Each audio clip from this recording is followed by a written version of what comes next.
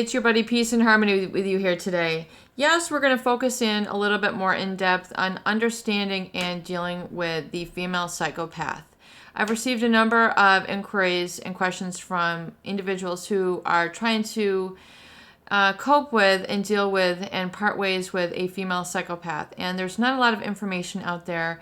There's definitely not a lot of mental health support for individuals out there who have been encountered this type of individual, either as a mother, a sibling, a spouse, a girlfriend, a lover, a romantic interest. And so I really want to help provide erudition and discussion and support and tools for helping you to manage these types of individuals. And realize that a psychopath has really gotten a certain kind of press, usually being as a male, a violent killer. Realize that there are quote unquote functional people in society who are psychopathic, who are intra-species predators, who don't possess a conscience.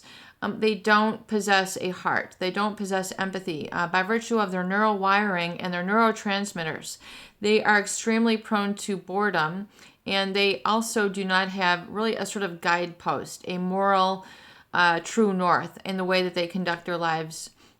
They have a lack of conscious, meaning that they really don't operate by a sense of right or wrong. They are extremely prone to violate people's boundaries, societal norms, laws, rules, respect of, genuine human courtesies, things like that. They really don't feel a need to be responsible and accountable to this because they don't have a conscience. They have a very high threshold of emotional pain. I mean, they really can't be hurt. They really don't feel for others. They don't have an empathy. They don't have a sort of sensitivity to others. They will hurt really with no remorse and no regret, and they will never be feeling like they've done anything wrong. So this is what makes it really insidious in terms of their pathological selfishness, as they operate by a severe need to be in control and manipulate. And I call them basically like the emotional untouchables. And it's because they create almost this atmosphere of control, and I would say almost they specifically act with reproach and contempt to those people who they have a pathological jealousy of. And when I say pathological jealousy, I mean anyone who threatens taking the spotlight, anyone who threatens their supply, anyone who threatens them getting what they want, and what they want is to be they want to be the one. They want to be the one in control. They want to be the one who's attended to. They want to be the one pulling the strings. They want to be the one with the credit. And even though they can't share in a real equality in relationships, there's not a real give and take. They can present themselves as a mask of a mother, a caregiver, a boss, a secretary, a business owner, an entertainer. They can present themselves as with a mask of these things. The humanitarian. In fact, they can metamorphosize their mask or their persona into a number of different facades. It's very, very odd when you see this. They can metamorphosize or transform into a lot of different escapades or facades or seemingly types of people, which are completely disconnected from one another.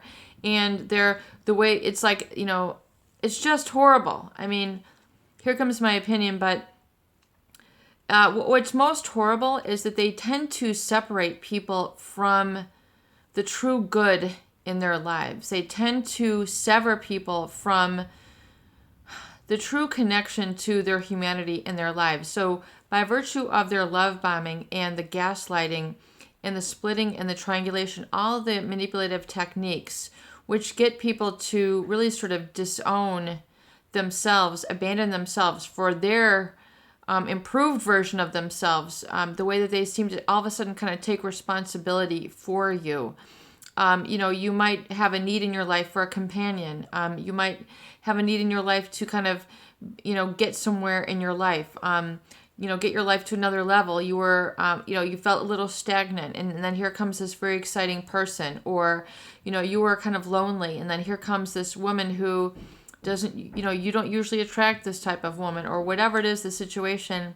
And they seem to be very high energy, very sexualizing, very seductive. And you thought, wow, here's a really great woman who's going to take control, and then, you had boundaries that were violated where, wow, this woman is so exciting and thrilling. She wants to do it in the parking lot. She wants to do it in the forest preserve.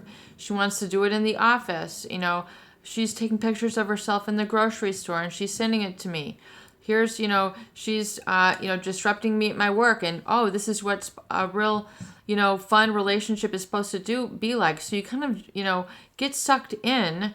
You become suckered in through what you think is a really exciting and thrilling and joyride a relationship where it just seems to be like what you see in the movies, that level of bliss and enjoyment and sexuality, and you become overpowered by her sexuality, and you feel this compulsion to, satisfy her pictures and her texts, and, you abandon really everything that is meaningful in your life in pursuit of this, this drug, which is, satisfying her mask and her, need to have power over others. And when she's made a target, she is going to, continue on that. So whatever it is she wants, it can be, very parasitic in nature, someone to pay her bills, someone she can push around, someone who can take her out to dinner on vacations.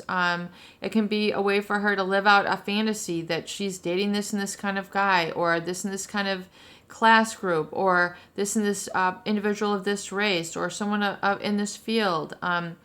It very much is designed to create this, very lethal then atmosphere of pathological envy, where she'll go after people who then, she'll be very alienating to others who threaten her position as the top gun, the top gal, whatever it is that might be.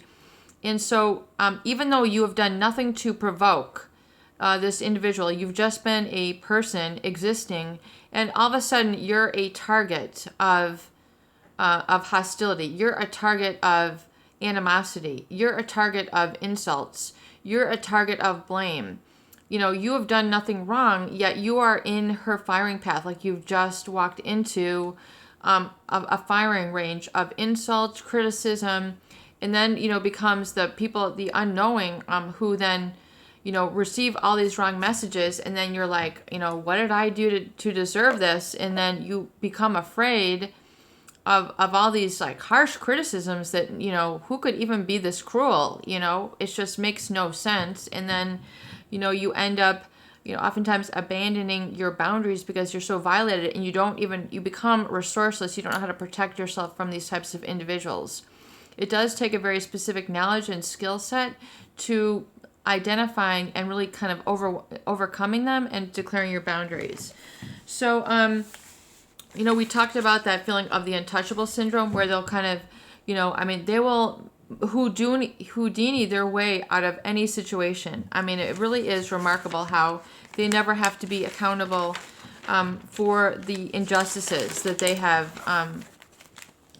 done. It's really, and so a lot of this is done by their projection, where they will just, there's something about, they'll just, you did this, you did that, and then they'll, you do this or I'm going to pull over the car. You do this or I'm going to shut off the electricity. It's like all these, smear campaigns and triangulation and, bringing others into the picture. And, you tend to enable a lot of this behavior until it gets so severe that you're like, you know what, this is out of control. This is nuts, and so you then start to get, the inkling that this is not your normal gal, that this is someone who's really manipulative and has emotional problems, emotional issues, what we call emotional dysregulation, where they lash out in this rage and hostility, and then, it's like 10 minutes later, it's as if it never happened and they just let it go. They have a difficulty, I think, kind of learning, and they just tend to repeat the same behavior, but they will continue to go after until their object is destroyed or exits the system, or exits the family, exits the business, because it's so painful. It's just, and there's just an energy that comes to come off of these people. It's very palpable. Sort of palpable anxiety and hostility and sexualization, and really it tends to almost have a telepathic, or what we call a telekinetic ability, where it causes people to do and behave in certain ways that they would not. It's almost like they're possessed. They have a real telekinetic ability to manipulate people to doing certain things. Running away, getting in car accidents, throwing up. It causes people to engage in a lot of these behaviors just to kind of get, there's such a state of shock. It's almost like a disease that doesn't, hasn't been defined yet. It's almost, and it makes you physically sick. It makes you emotionally sick. It makes you mentally sick, and you can't focus. So it's very, very powerful and very lethal. So, this oftentimes is because the psychopath is kind of like in a game of their own. It's kind of like a skateboarder. It's just them and the skateboard. It's just the psychopath and their prey. They're just going to focus in and hone in until they can pull as many tricks on that prey until they're done, or until they break you, and then they're on to the next. And they have no association. They have no bond. They have no connection with, that person who's an object, who's a skateboard, who's a pair of socks. They will just discard it and move on to the next. Peace and harmony with you here today. I hope these educational videos do help. Please share and please subscribe for more great tools, videos, discussion, and support.